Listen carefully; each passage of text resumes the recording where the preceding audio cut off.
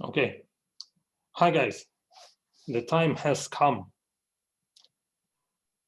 Hello. Welcome to hell. Literally. This is what's going to happen. And I'm going to be your guide into the world of pain and misery, especially the misery. So I want to keep talking for a while, and I want to introduce the subject and explain some rules before we start. First of all, what is algebra? Well, you know, algebra is the best way to make fun of students. And that's the reason why I'm teaching algebra. And that's honestly the only reason. But these words are not very appropriate for your manager. So I have to wrap all these words into something more appropriate and say something like, well, you know, cryptography is a cool stuff. And here we can do some. Well, then symbolic computations is also something really cool. And you will find them. We'll do some Grosvenor bases. And later on, some error correcting codes will meet you. And I hope you will enjoy this meeting. So this is more or less the stuff I'm going to teach you. And I hope this will be really useful. So that's what the interesting part of the introduction. So now I want to switch to a more formal part and less interesting one.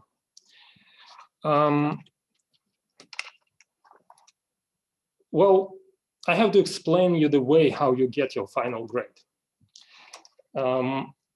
Well, maybe it's a boring part, maybe it's a more interesting one. So let's see. So we will have 3 different components. We'll have homeworks. We will have a test, written test, and an oral exam. And if you multiply them by the following weights, 0.3, 0.3, 0.4, and sum up all together, you will get your final grade. So this is how it works. Now, regarding attendance, well, since you're here, I believe that you came to the university because you want to learn something and not because someone told you that you should go, you must go, you just need to attend. No, I just don't care about the attendance. So if you came here, I suppose that this is what you want to do. So if you're here, then I suppose that you want to listen to the lecture. So if you don't want, just don't go.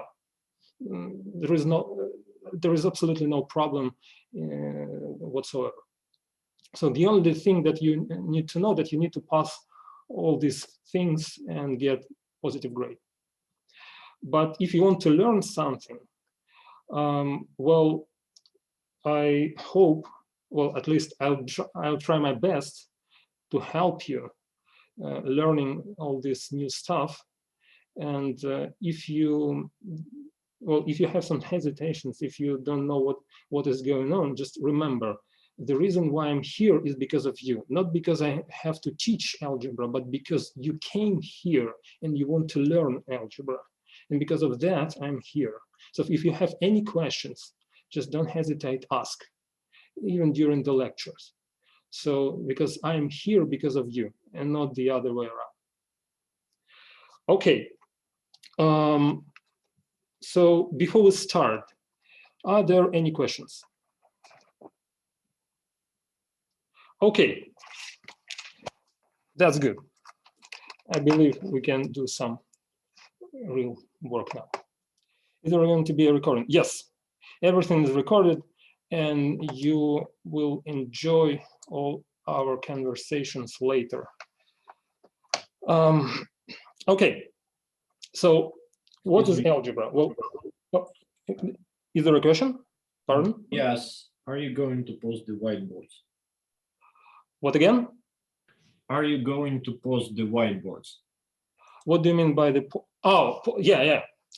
So yeah, everything. So there will be a page on the wiki site and you will find all the information there, including all the materials. So I will type the lecture notes, and I will post them, including all the source code.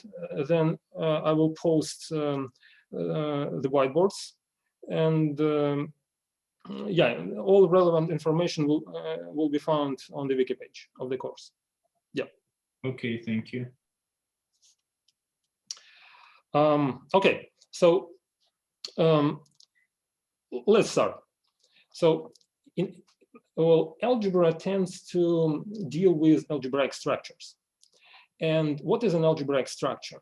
Usually, it's a set with some additional structure on it.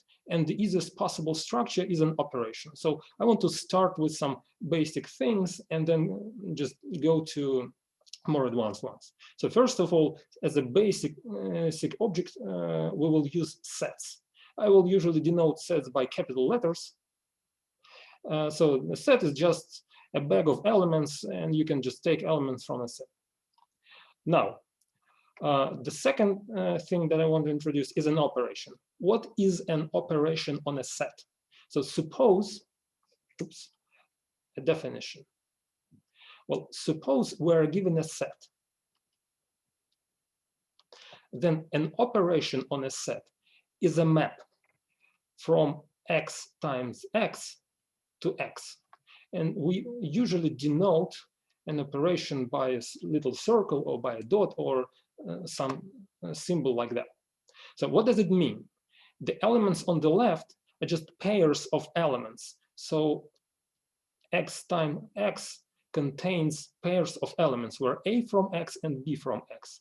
And this map is a rule which takes a pair of elements and produces a new element, and this element is denoted by a times b. This is just a new element on x. So this is the source of a map, and this is the target.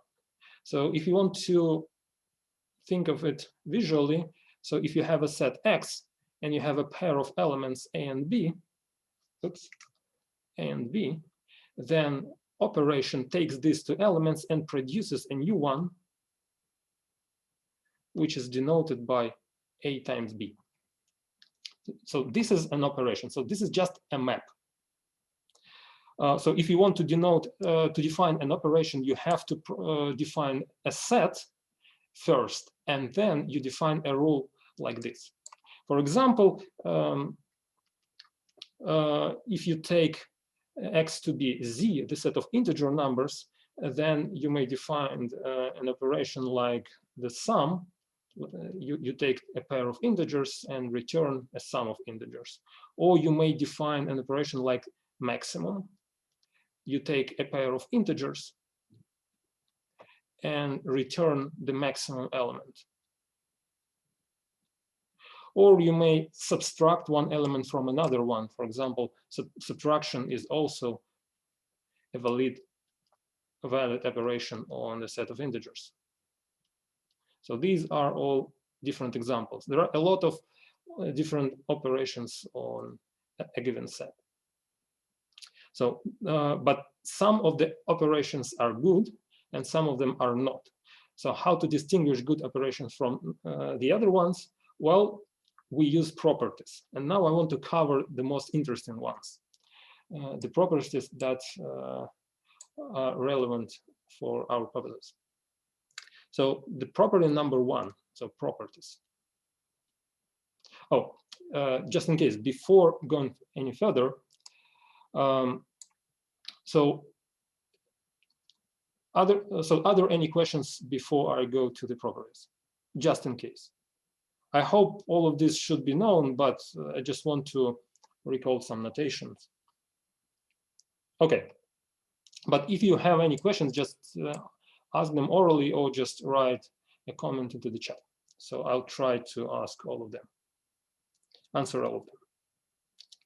Okay, the problem number one, associativity. So if you have an operation on a set X, we will say that this operation is associative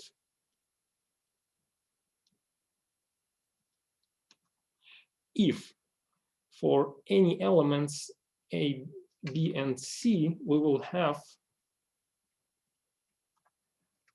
okay, let's try it again. So we say it's associative if we, what we can do, we can multiply element A and B, and then multiply the result of this product with C on the right. Or we can multiply B and C first, and then multiply it by A on the left. So we want the result be the same. So if this is the same for all possible A, B, and C from the set X, then the operation is called associative. Not every operation is associative, just in case.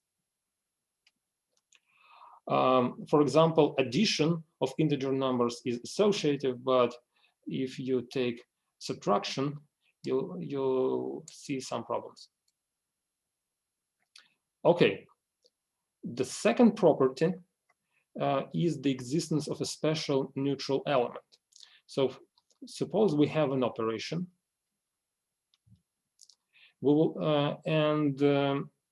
suppose E is an element of X. Then we will say that E is a neutral element. This is a neutral element.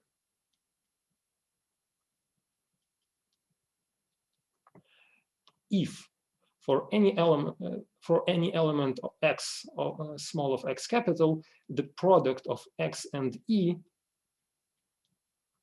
I mean, both options, E times X and X times E and E times X equals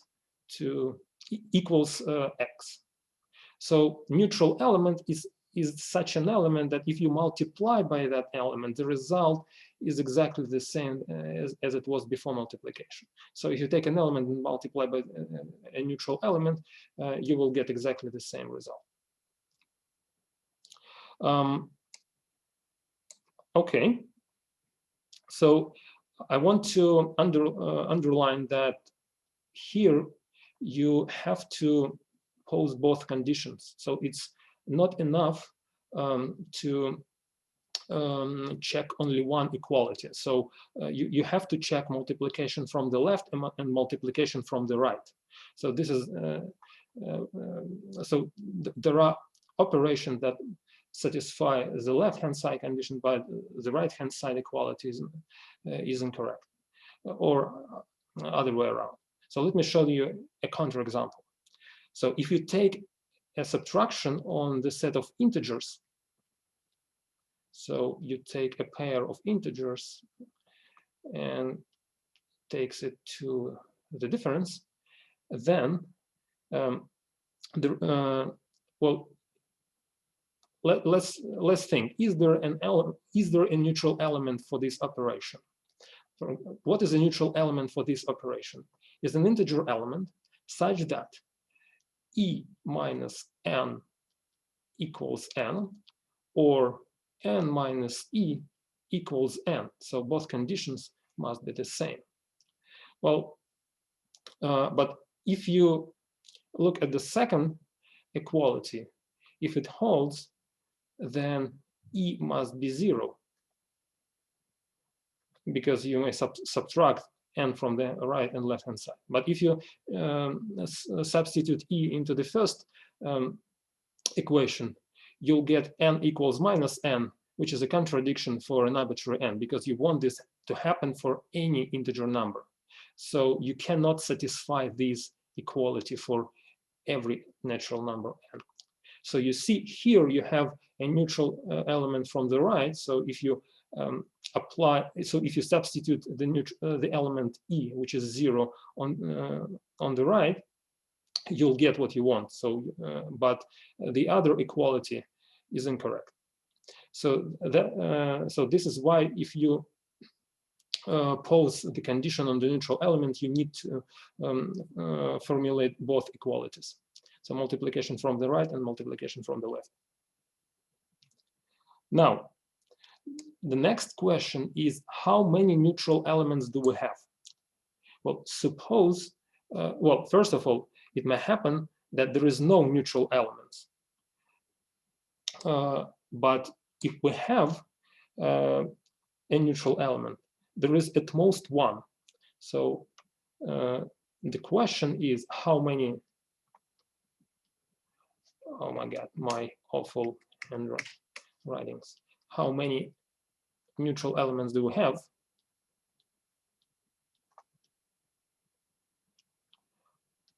Are there? And the answer is at most one. So let me show you why.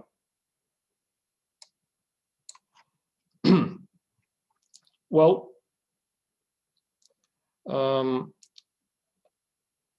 okay, suppose that we have two different, well, so not necessarily different, but suppose we have an operation on a set X, and there are two neutral elements. E1 and E2 are the neutral elements. Then let's consider a product like this. Then, because E1 is a neutral element, then multiplication with E1 may leave E2 to be the same. So the multiplication E2 with E1 is E2, because E1 is the identity, is the neutral element. But since E2 is a neutral element, multiplication by E2 doesn't change E1, so the result must be E1. So this is just by definition, so we see that E1 and E2 are the same. So if there are two neutral elements, they are the same. But it may happen that there is no neutral element for a specific operation. Okay. Now, the next property I want to discuss is the existence of an inverse element. So let's discuss that. The property number 3. So suppose we have an operation on a set X, and let A be an arbitrary element. Then I will say that an element B, let's say this is a definition, an element B from, before staying this definition, we need to assume that the operation has a neutral element. So suppose that this operation has a neutral element, which is E. And as we know, if it has a neutral element, this is the only, it's unique. So this is the only neutral element in X. So now I can formulate what an inverse element of A is. So if we have an arbitrary element A of the set X with an operation, then we say that an element B is inverse to A if A times B equals E and B times A equals E. So if both products are the same, then and are equal to E, then we say that B is inverse of A. Okay, so the next question is how many inverse elements are there? And let me formulate this as a claim. So if we have an operation, and suppose this operation has two properties. First of all, the operation is associative.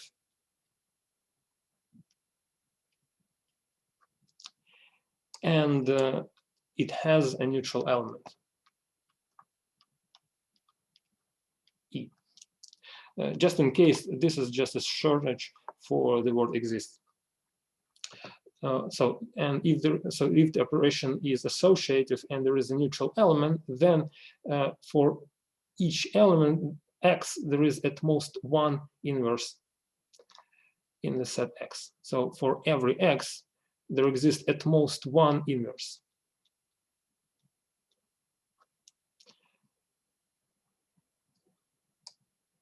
Okay. So let me explain why. So if we have an element X from the set X, and suppose we have two inverse elements, let's say B1 and B2 the inverse elements. So what does it mean? It means that x times b1 equals e, and b1 times x equals e, and also x times b2 equals e, and b2 times x equals e. So the first two equalities mean that b1 is inverse to x, and the second two ones mean that b2 is inverse to x. But now let's consider the following product: b1 times x times b2. Since the operation is associative, this is exactly the same as b1 times x1 times b2. But now, because of this condition, here we have e times b2, because b1 times x equals e. But since e is a neutral element, then multiplying by e will get b2. In exactly the same way, we see that x times b2 equals e. So here we will get b1 times e, and because e is a neutral element, we will get b1. So as we can see, b1 and b2 are exactly the same. So if we have at least one inverse element, then this is the only inverse element. So since there is a unique inverse, well, if it exists, well, there is a unique inverse element, then we may denote the inverse element by x to the power of -1. So if x has an inverse,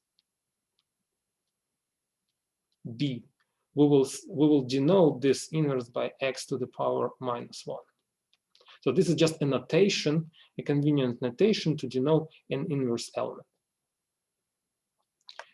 Okay.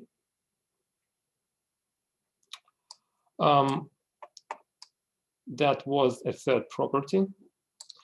And so just in case, are there any questions regarding the claim or probably the proof of the claim? Should I repeat anything, or is this okay? It's okay. Okay, good. So now, the fourth property. The fourth property is commutativity. So if we have an operation on the set X, we say that the operation is commutative if the order of the operands doesn't matter, which means if A times B equals B times A for any elements A and B from the set X. Well, as an example, the addition is a commutative operation.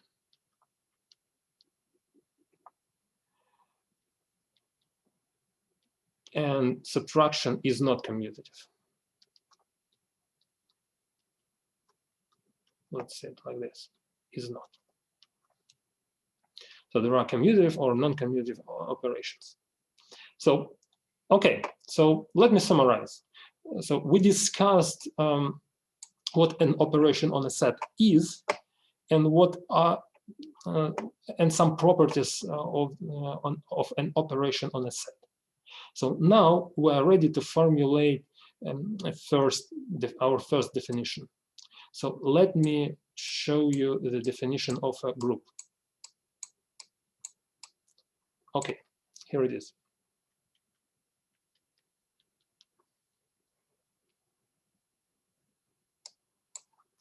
But before giving you a definition of a group, I want to explain a pattern for every definition in algebra. So how any definition in algebra looks like. So when we are given a definition, so let me say template. Yeah, C++ templates. Okay, so if we are given a definition of any algebraic structure, it always consists of two parts. The part number one describes the data that we're given. So what kind of objects we have to produce, or we have to get from somewhere. So the first part, so you just have a list where you just name all the part of your data. So this is the first part of any definition. And the second part of the definition consists of axioms. So now I'm going to, there is a letter missing, axioms. So so the axioms are just some conditions on the data, some rules they must obey. So every definition in algebra consists of these two parts. So and the definition of a group will be the first example of how it works. So let me show you the definition of a group. So definition. Okay, a group G dot. But this is just a notation. Let me explain what it is. So first of all, I want to explain what kind of data do I have. So first of all, so the part number one, the data. G is a set. So just an arbitrary set. The second part explains what is this dot. The dot is an operation on the set G. So this is just a rule which takes two elements of G and produces a new one. So this is your data. So if you want to define a group, you always have to define a set and an operation on this set. You cannot just describe an operation itself, because in order to define the operation, you have to explain what the symbol G here is. And now, it's not interesting to consider an arbitrary set with an arbitrary operation. We want them to obey some rules. And here are the axioms. So, axioms. The axiom number one says that the operation must be associative.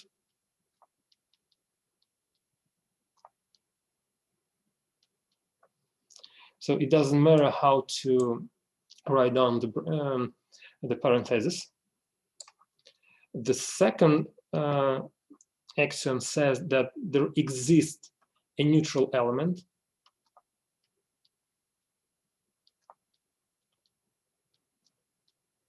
So for this specific operation. And since there is a neutral element, we may define an inverse element for, well, at least it makes sense to define an inverse element. And we want every element in G to have an inverse. So for every element X of G, there exists X inverse in G. So this is the definition of a group. So again, let me just summarize what was going on here.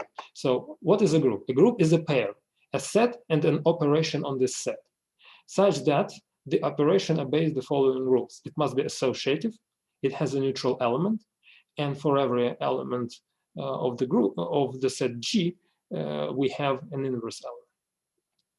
And okay, so this is the definition. Are there any questions, just in case? I'll show you examples, but before doing that, I just want to know if there are any questions. Okay, so now there is an additional axiom, which is axiom number 4, which says that, well, we will say, well, let me formulate the axiom. So if additionally the operation is commutative, we say that the group G is abelian.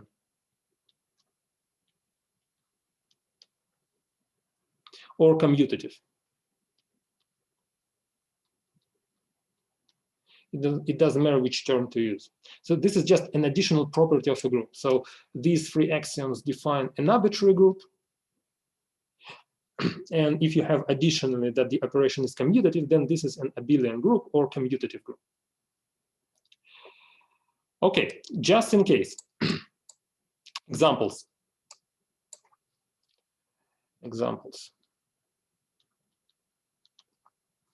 Example number 1. If we take the integer numbers with addition, this is a group. And the neutral element is 0. And if x is an integer number, then the inverse element, let's say it like this, inverse, is minus x. Because here, addition is your operation. Well, it's also worth mentioning a structure which is not a group. So if we take integers with, let's take a better example. Let's take integers with multiplication. Then this is not a group.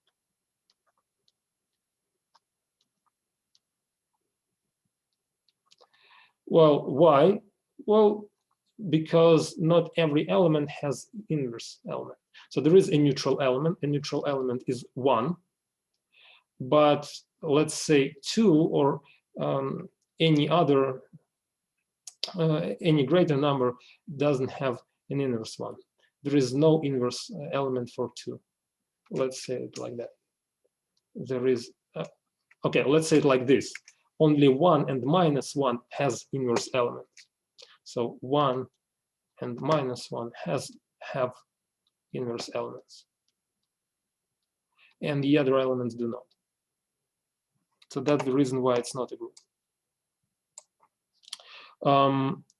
Another example is the residue group. Let's say, okay, let's take a natural number, a non-zero natural number, and let's denote by NZ is the set of reminders, which is 0, 1, and so on, and minus 1. So this is the set of reminders modular n. And as an operation, I'll take addition modular n. So our operation will be denoted by plus. And by definition, this operation takes two residues, which is a and b. And the result is a plus b modular n. So this is also a group. So Zn with addition, defined as below, is a group. This is a very popular example of a group. So another example I want to mention is this. We may take what is called Zn star. This is the set of all reminders coprime with n. So we take all reminders from Zn such that the greatest common divisor of k and n is equal to 1. So this is Zn star. And we take, and as an operation, we take multiplication modular n.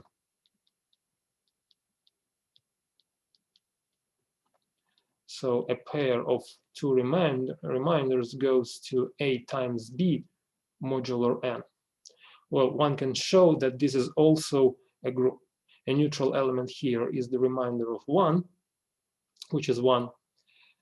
Well, the existence of an inverse element is a more interesting question, but let me leave it here. So this is also a group. So Zn star with multiplication is a group. So these are different examples. Okay. Now, before going any further, I want to discuss notation. There are two different types of notation: multiplicative notation and additive notation. As you saw already, sometimes I use a symbol plus to denote my operation. Sometimes I use symbol dot to denote my operation, and you may use any different symbol, but there are two different ways to denote the operation. The first one is multiplicative, where we denote our operation by the dot. So if we take a pair of elements, the result of the operation is a times b, and usually we just skip this dot between a and b, between the arguments. And the second notation is the additive notation, where we denote our operation by the symbol plus. So a pair of elements A and B goes to A plus B. Well, generally speaking, it doesn't matter how you denote your operation, but when we use these notations, we usually use some special notation for other elements, for some elements in the group or some specific operations. For example, when we use multiplicative notation, a neutral element is denoted by 1. And when we use an additive notation, a neutral element is denoted by 0.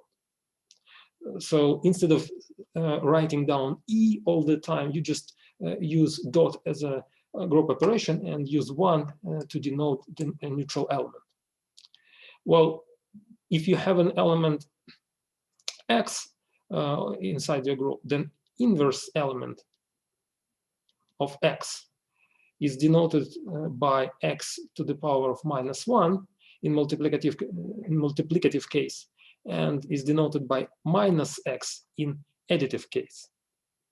And also, if you want to apply operation several times, for example, you want to write down something like this: x times x, etc., times x, n times, then in multiplicative world, you denote it by x to the power of n, and in additive world where you have x plus etc. plus x n times, you usually denote this by n times x. As you can see on the left hand side, we have x to the power of n, but the left hand side and the right hand side is exactly the same thing. These two things are just different ways to denote the operation. So if you proved something for a power, like using this notation, it means that using the additive notation, you prove this for this thing, like x times n. So x times n, this is just a notation for a power. So this is just a shorter version of this construction on the right-hand side. So there is no difference between the right-hand side and the left-hand side. It's just notation. But usually people use multiplicative notation when they deal with non-commutative groups, and use additive notation to deal with commutative groups. Well, why? Because, well, our brain is used to deal with plus as a commutative operation. So when we see some a plus b, well, for us, it doesn't matter if we write a plus b or b plus a. Well, this is how our brain works. So just don't trick your brain. So if you have a commutative operation, just use an additive notation. And if you have a non-commutative operation in a group, just use multiplicative notation. But I will use multiplicative notation during the lecture. Well, because I have to choose at least, well, some notation and stick to it. Okay. Yeah, by the way, I will call this thing as an nth power of x, because this is exactly nth power of x, because we apply the operation n times.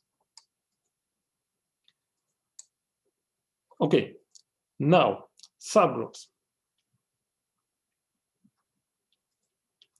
Well, if we have a group, we want to define what a subgroup is. So let me show you the definition. Well, suppose G is a group, and H, so I want to define, so now what do I want to define? I want to define what does it mean that, well, I want to define a subgroup. So H in G is a subgroup. So I want to define subgroup. So I want to define this. So this is what I want to define. So what is this? Well, first of all, H must be a subset of the group G.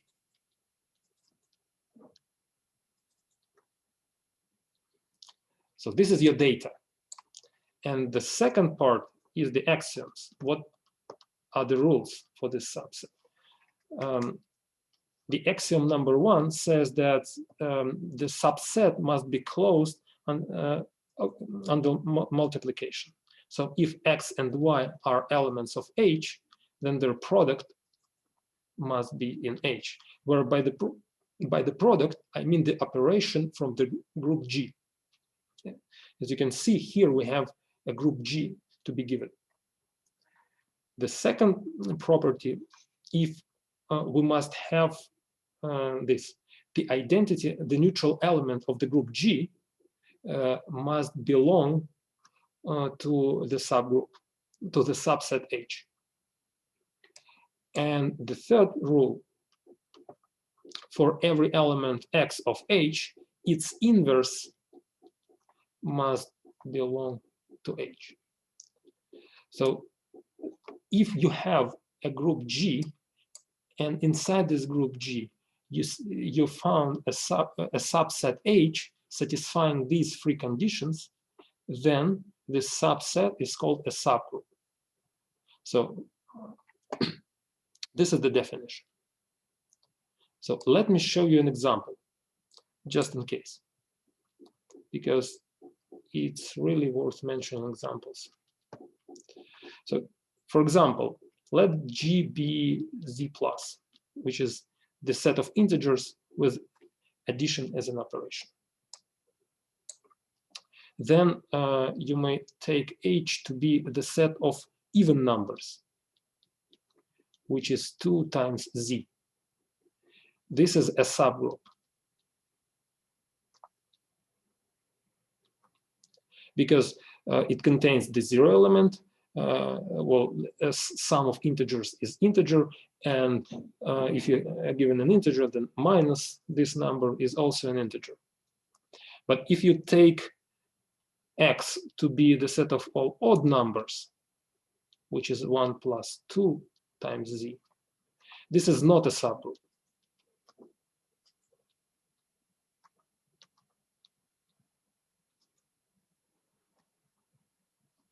Well, why? Because it doesn't contain the neutral element of the group G. So these are examples. Okay, let's try to prove something interesting. Oh, by the way, before going further, one additional remark. If we are given a subgroup, so now subgroup is just a subset of a group G with some strange properties. But if you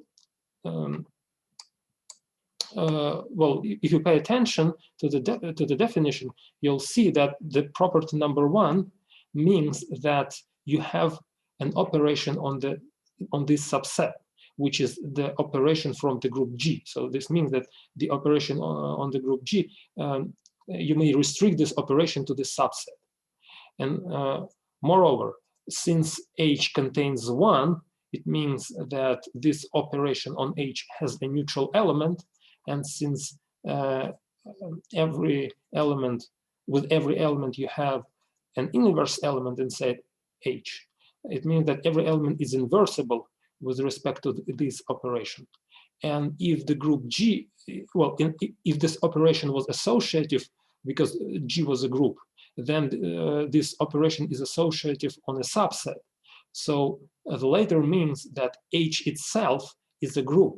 So let me write it down here.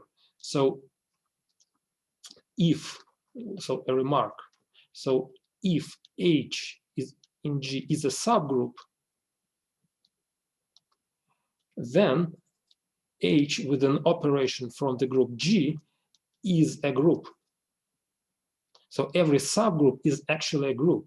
And the definition of a subgroup was given in such a way that you want to find a subset in a group such that this subset becomes a group when you restrict an operation to the subset. So this is the idea of the definition. Okay, so now let's try to prove something.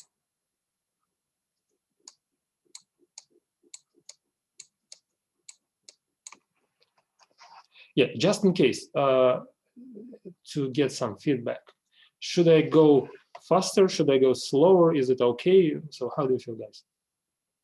The current pace is quite nice, actually. I don't think there's anything that should be changed. Yeah, it's fine. Yeah. Okay, that's good.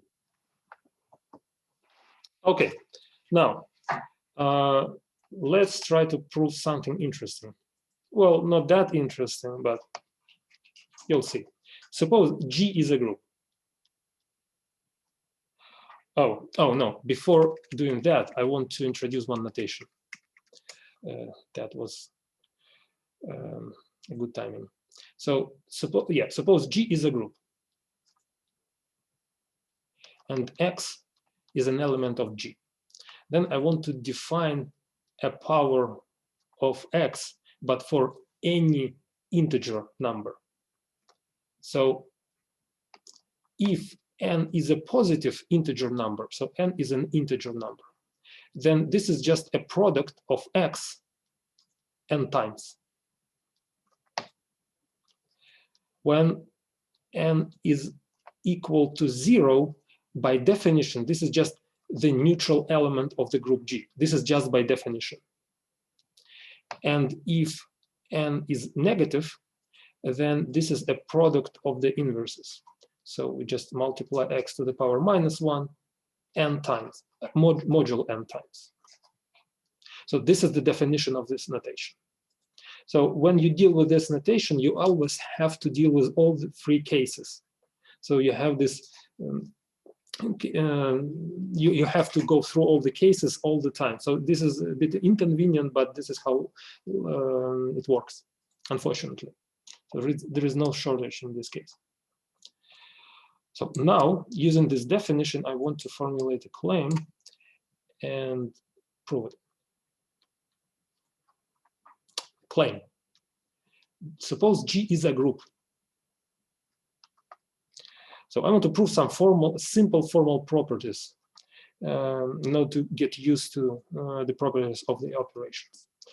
So suppose then for any two elements x and y of the group G, there is a formula x times y inverse equals y inverse times x inverse. So if you know inverse elements of x and y, you know how to compute the inverse element of the product. So this is how it works. We just multiply the inverses in the opposite direction.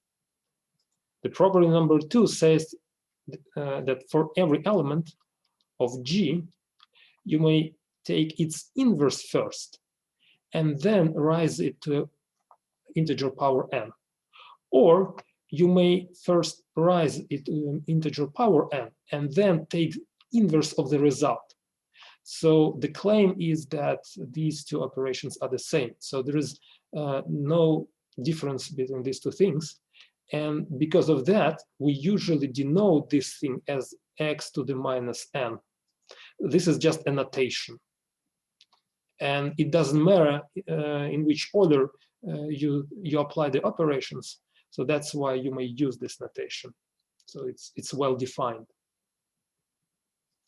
Now, and the third case is for any element x of G, if you raise x to the power of n and multiply to the x right into the power of m, the result will be x to the power of n plus m. So these are the usual properties that you expect to have, but well, you need some arguments to explain why they happen, well, why they are true in an arbitrary group. So are there any questions regarding the claim? Okay. Question, why do we have a different order in the first property? What again? Why do we have a different order? Yes. You'll see this in a moment when I'll write the proof. Okay, thank you. Okay, let's start. Yeah, so as I can see, it's worth mentioning how to prove all this stuff. So, okay, now, what do we want to prove? So, first of all, we have two elements, x and y, so they are fixed. Now, what do? We multiply x and y, and then take an inverse element. This is the first thing that we can do. And the second thing that we can do, we can take an inverse of y, we can take an inverse of x, and then multiply them in the opposite order. And now we want to prove that these are the same. So how to prove this? Okay. Let me explain the main idea. So on the left-hand side, we see that here we have xy inverse. So how to prove that that some expression is equal to an inverse element? But here we can use that inverse element is unique. So if we can prove that the right-hand side satisfies the properties of the inverse element, then it must be the inverse element. There is no other option. But what are the properties of the inverse element? We must show that if we multiply xy on the right by this element, we will get the neutral element. Or if we multiply this guy on the left by this element, we also get the neutral element. So these are two properties that we need to check. So if we check that this is true, then just by definition, it means that this product is the inverse element. And since the inverse element is unique, then this is that exactly inverse element. So this is how you prove this. So we need to check these two equalities. So now, how to check these equalities? Let's compute the left-hand side. Well, let me do it for the first equality, and the second one is done in the same way. So how do you do this here? You just change the order of parentheses, because it doesn't matter, because of the associativity. And now we know that y times y inverse is the neutral element. So here is this. Well, I may skip the parentheses because it doesn't matter where I put them, but whatever. But now x times 1 is equal to 1, so we will get this, and x times x inverse is 1, where 1 is the neutral element. So as you can see, the first equality holds. And in a similar way, you check that the second one is also true. So that's why this formula is true. Are there any questions regarding the proof? Yes. Doesn't it hold that we have y to the inverse of y multiplied by inverse of x equal to inverse of x multiplied by inverse of y because of commutativity? Well, if the operation is commutative, then you can change the order of the of these guys. But if the operation is not commutative, then this is the only valid formula. Okay. Yeah, but if the group is commutative, then it doesn't matter. But in general, so let me write it as a remark here. A remark. So if G is commutative, then of course x times y inverse equals x inverse times y inverse. But if a group G is not commutative, then this is not true. This holds only in a commutative case. Are there any other questions? Should I repeat something or probably clarify any detail? Okay, so let's go to the next item. Item number 2. We need to show that x inverse to the n equals x to the n inverse. Okay, again, if we want to prove this, we want to show that the left-hand side coincides with an inverse element to x to the power of n. So in order to prove this, this is what we want to prove. In order to prove this, it's sufficient to show that the left-hand side satisfies the properties of the inverse element for the x to the n. So we need to check that x to the n times x inverse to the n equals 1, and x inverse to the n times x to the n equals 1. So these are the properties we want to check. And if these hold, then we have what we want. Okay, and here I have a bad news for you. We have to check all 3 cases, n positive, n 0, or n is negative. So let's do it for the first equality. So if n is positive, then just by definition, what's written here is x times x, you take it n times, and multiply it by x inverse times x inverse, also n times. But now you can cancel out all the factors, because you will get x times x minus 1, then you cancel them, then you'll get x times x minus 1, etc. After n times, you'll get the identity element. This is how it works here. If n is equal to 0, then just by definition, x to the power of 0 is 1, and x inverse to the power of 0 is 1. So just by definition, we have 1 times 1 equals 1. That's it. Just this is simple. And if n is negative, then by the definition, x to the n is x inverse times x inverse, and you take it modular n times. And the right hand side is, oh, not the right hand side, the second factor is x inverse to the power of minus 1 times, etc., x inverse to the power of minus 1, and it's also modular n times. And again, as you can see, here we have x inverse times x inverse inverse. So again, since this element is inverse to the one on the left, you can cancel them out, and you apply this procedure again and again, and after n steps, modular n steps, you will get the neutral element 1. So this is how it works in this case. Are there any questions regarding the proof?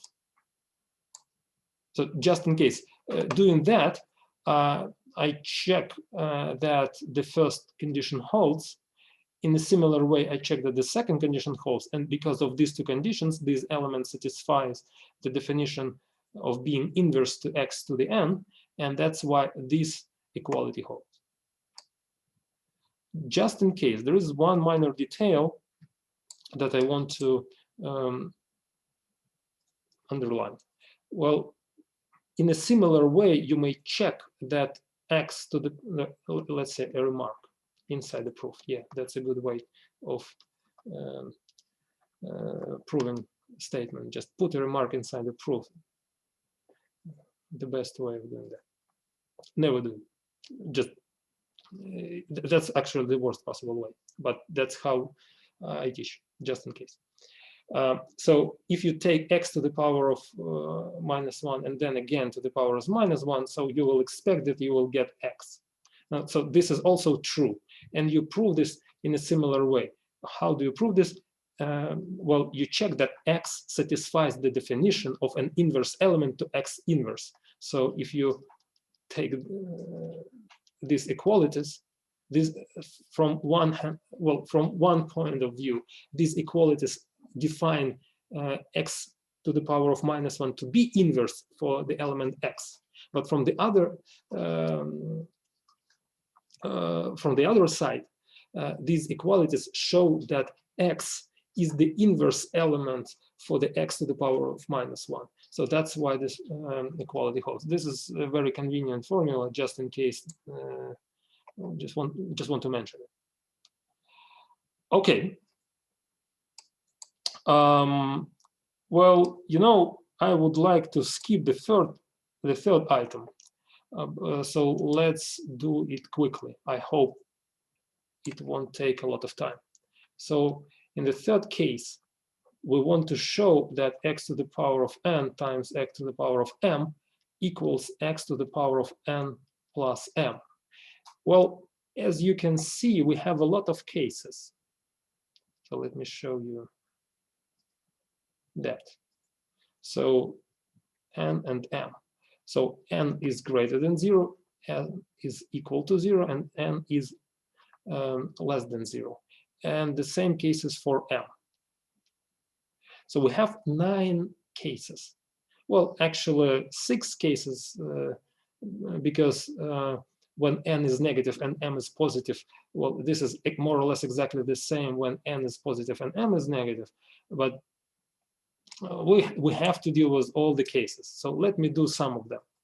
So in case n is greater than 0 and m is greater than, Oh, by the way, when n or m is equal to 0, then this is simple. So these 5 cases are really simple, because when m is equal to 0, then this is just the identity element, and here you have just x to the n times 1 equals x to the n, and the vice versa for n being 0. So we actually have 4 cases. Now, when n and m are greater than 0, then just by definition, the left-hand side is equal to this expression. You multiply x n times, and then you multiply x m times. But this is just by definition x to the n plus m. Well, because it doesn't matter how you put the parentheses. So this case is okay. Now, this another case is when x, n, and m are negative. Then you do exactly the same thing. So this is just by definition, n to the x to the n is by definition this expression, and x to the m is by definition is this expression. And by definition, this is this. Well, I mean, like the method of steering shows you that just stare at this equality, and you will see after a couple of seconds that this is obvious. This is how you prove. You know the method.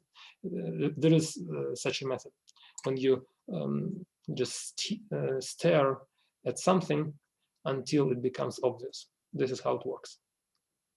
And an interesting case is when n is greater than 0 and m is negative, then the first factor is a product of x n times, and the second factor is a product of x to the power of -1 modulo m times. Well, and here you have several cases. Well, when n is greater than modulo m, n is greater than the modulo of m, n is equal to the modulo of n, and n is less than modulo of m. Well, in the first case, why do you want to consider these cases? Well, when you start canceling out the factors, then if on the left-hand side you have more elements than on the right-hand side, then there are several x's left. And the other way around, you have x to the power of -1 left. So here you will get x times x and minus modulo m times. In the second case, you will get the identity because you have exactly the same amount of element. And in the later case, you will get x to the inverse, x to the power of -1, and how many? Modulo of m minus n. And now you just some simple exercise showing that in this case, this is exactly the same as n plus m, because m was negative, so minus modulo m is exactly the same as n plus m. In this case, this is also n plus m, since n and the module of n is the same as the module of n, then n plus m is 0. So this is exactly this thing. And in this case, you just get exactly the same thing by the same arguments. I just want to skip it. So this is how you prove the later formula. But so this is the proof. Are there any questions? Okay, so now I want to discuss cyclic subgroups. So now we know how to deal with powers of an element, and now some basic rules for the operation on an arbitrary group. So now I want to discuss cyclic subgroups.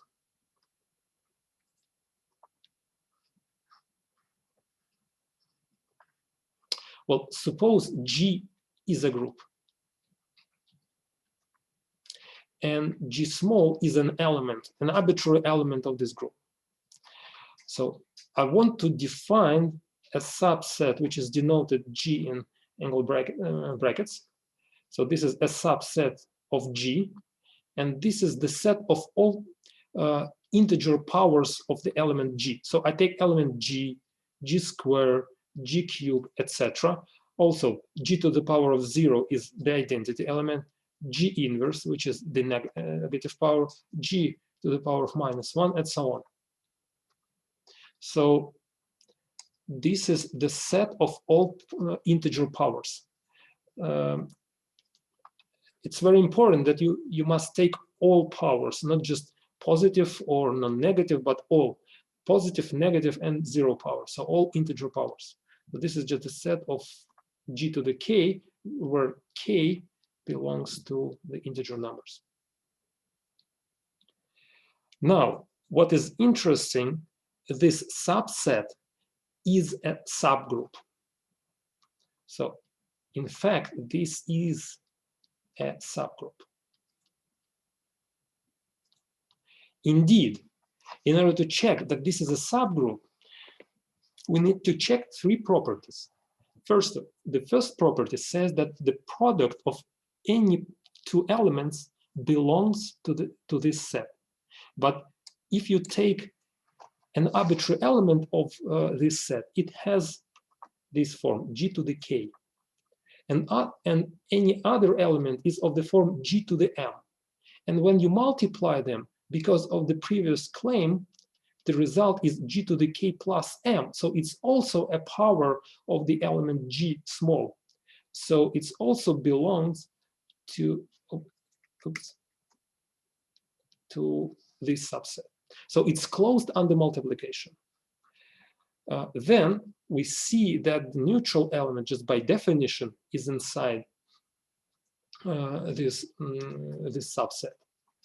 And if you have an element G to the K, well, why the neutral element is there? Because G to the 0 is 1, must be here. And if you have an element G to the K and take its inverse, then by the previous formula is exactly the same as G to the power of -K. So, and it's also inside this subset. So this is why we want to have all integer powers, not just positive or negative, because we want this subset to be closed under taking inverse elements. So now we see that all the conditions for being a subgroup are satisfied. So this subset is a subgroup. So, and this subgroup is called a cyclic subgroup generated by an element G. So a definition. So this thing inside the group G is called a cyclic subgroup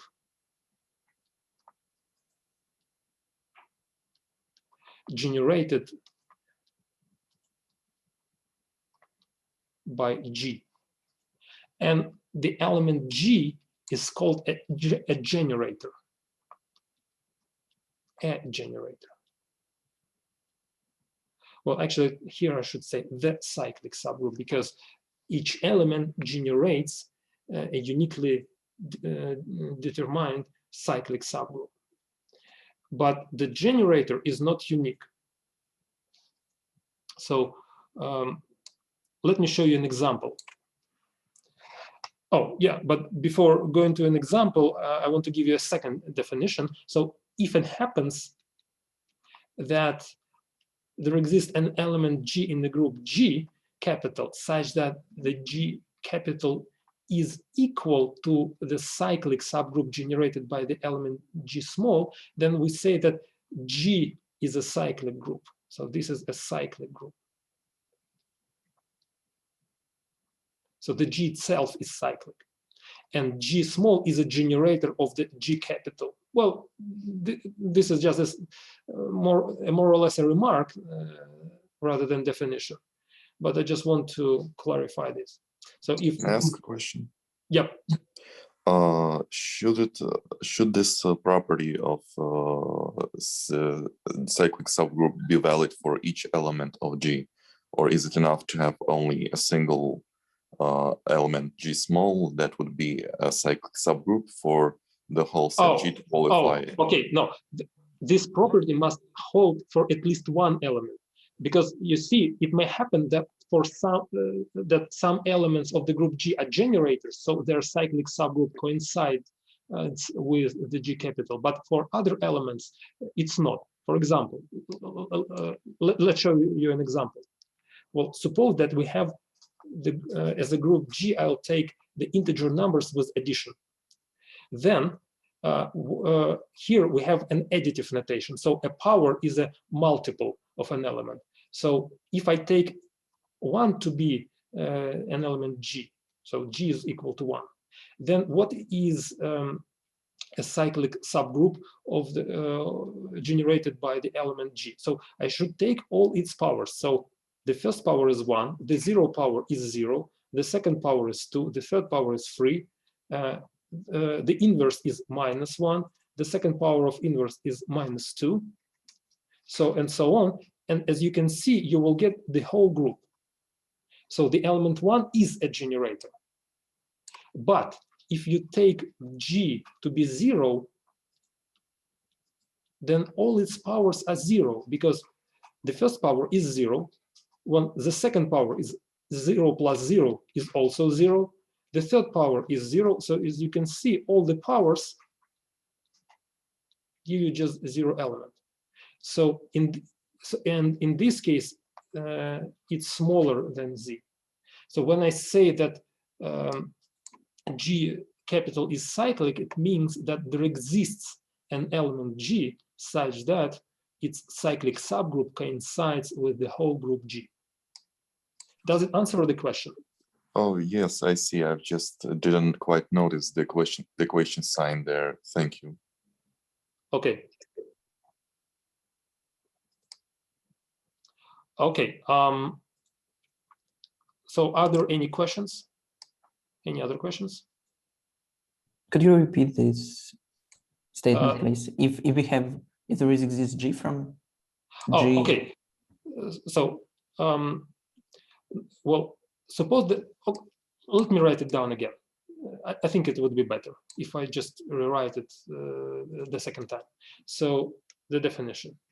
So suppose G is a group, and G small is an element of the group G. And suppose that G capital is equal to the cyclic subgroup generated by G small. Then I'll say that G is a cyclic group. And G small is a generator. So we have G small from G such that group generated by G is equal to G, then this G is the cyclic group. Yeah. So if you have at least one generator for the whole group, then the whole group is called cyclic group. Okay, thank you. Can you please repeat what is a generator? Okay, well, okay. Take an element G from a group. Consider its cyclic subgroup. That's it. It's here. And if it happens that the cyclic subgroup coincides with the whole group, then G small is called a generator for the whole group. So G small is always a generator for its cyclic subgroup. So if the cyclic subgroup coincides with the G capital, then G is also a generator for G capital. Is it okay? Or should I add more details? Well, more or less. I think maybe we can consider an example one more time. Okay, so let's consider this example. If you take a group Z with addition as an operation, so what?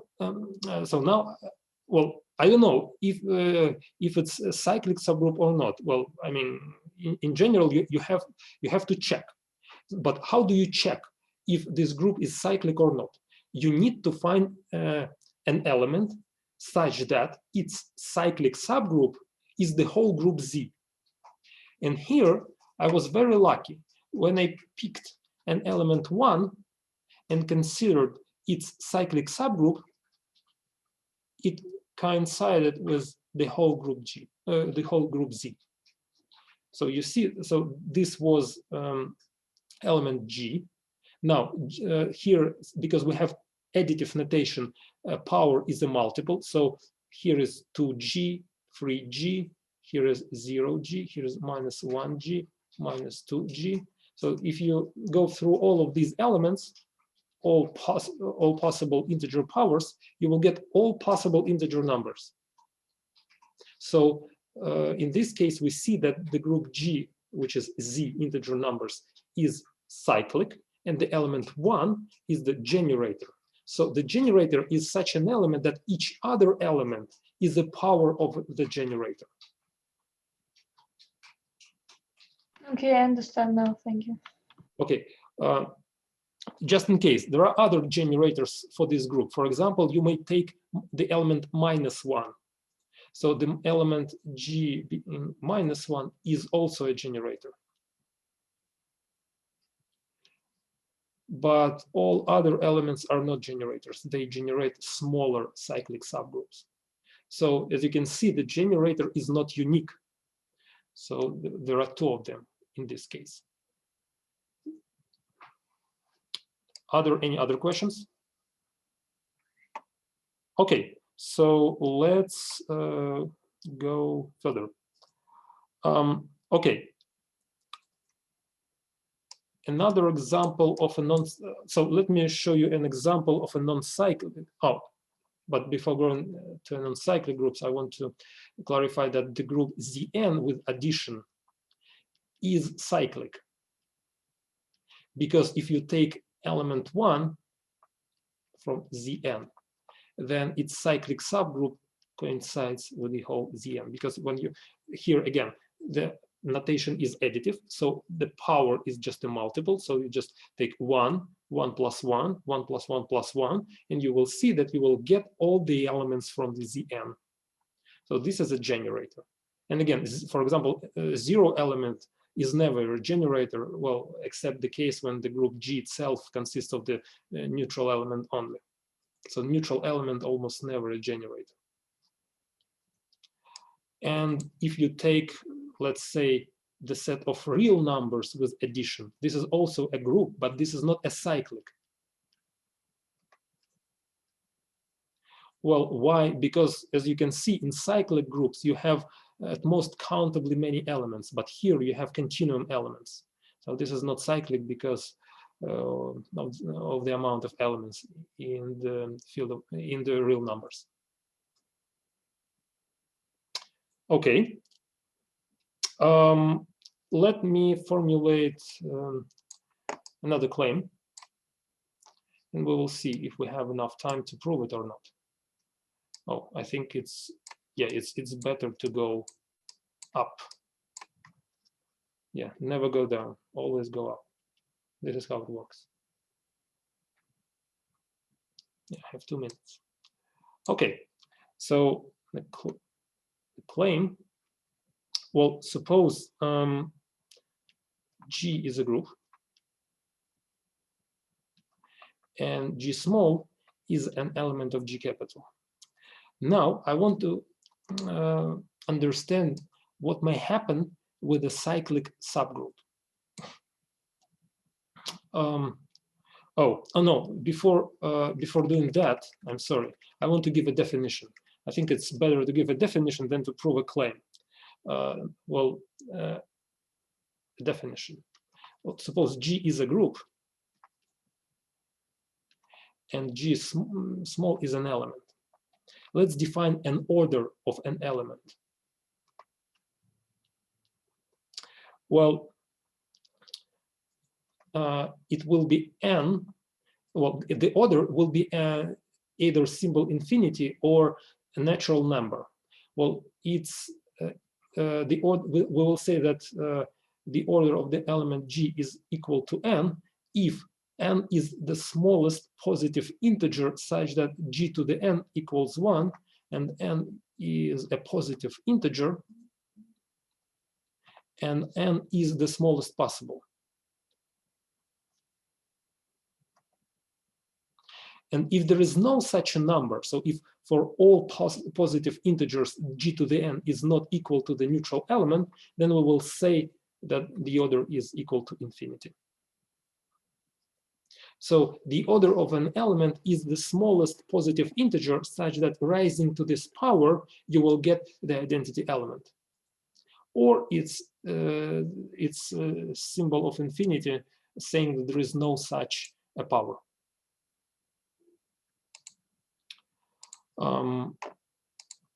Okay, this is the definition, and now I just want to formulate a claim, and I will finish the lecture here. So the claim, so if G is a group, and G small is an element of G capital, then for a cyclic subgroup, there are two options. Either all elements in the cyclic, all powers in the cyclic subgroup are distinct for every k, distinct k and m, G to the k and G to the m are distinct, or there is an integer n positive integer n such that the cyclic subgroup consists of powers from 0 to n minus 1.